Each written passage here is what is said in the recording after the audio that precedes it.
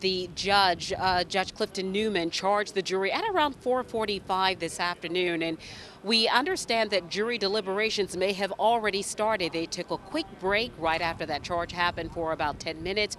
And he said that they can go as long as they want, but he hopes that that will wrap up at around 9 o'clock tonight. Certainly, the eyes of the nation are fixed on this Charleston County courthouse. The defense and prosecution gave closing arguments today in the murder trial of the former North Charleston police officer charged in the shooting death of Walter Scott after a traffic stop.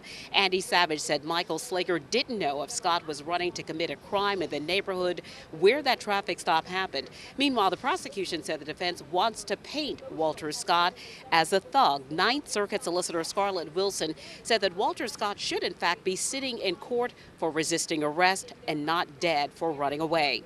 News 2's Rebecca Collette was in the courtroom all day, and Rebecca, certainly an interesting day, starting first with the jury being taken to the site of that shooting and then closing arguments about an hour on both the defense side and the prosecution, and now the jury being charged tonight. Certainly, we are wondering what's going to happen next. It's going to be potentially a long night. The judge told the jury that they could have as long as they wanted. He said they would bring them dinner, and he said let them know when they were ready to take a break for the night and get ready to get back at it tomorrow if they don't make a decision tonight. So they could be in for a long haul tonight. After going out to the site, seeing that, hearing these closing arguments that were very taxing and very long. So I'm sure these guys, especially after 5 weeks, are very tired. I want to give you guys just a recap of what that testimony sounded like today, hearing both from the defense and from the state. This is a law enforcement officer carrying out his duties. Andy Savage said Slager did the right thing the day he shot and killed Walter Scott and doled out blame on everyone else, the media for selling a false narrative, investigators for botching evidence, and even Walter Scott for his death, for running, fighting with the former officer, and taking the former officer's taser. He made decisions to attack a police officer. He claims Slager shot and killed the potentially high Walter Scott to protect the community. Can you imagine if he didn't stop Scott?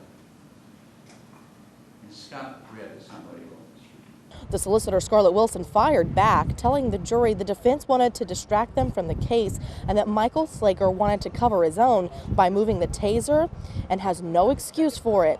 She told the jury even seemingly good officers make mistakes and Slager must be held accountable. Accountability is key.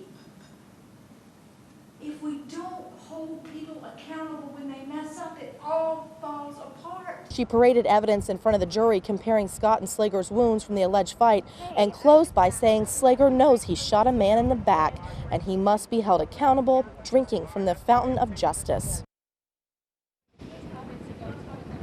The judge said he was impressed with these jurors. What was supposed to be a 2 to 3 week trial, we're now in week 5. So certainly it's been a long time coming and potentially could be a long night and even maybe a day or two. Who knows how long it will take.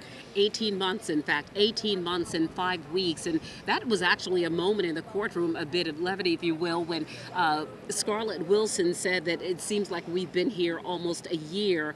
The jury has been very patient. There has been a lot of testimony, a lot of evidence presented. And so that's what happens now. They get a look at that evidence up close. There's a big screen back in the jury room. They're going to have a chance to hold and touch and look at all the evidence. They also have the judge's charge to them on what they're deciding between manslaughter, murder, of course, innocence or not guilty.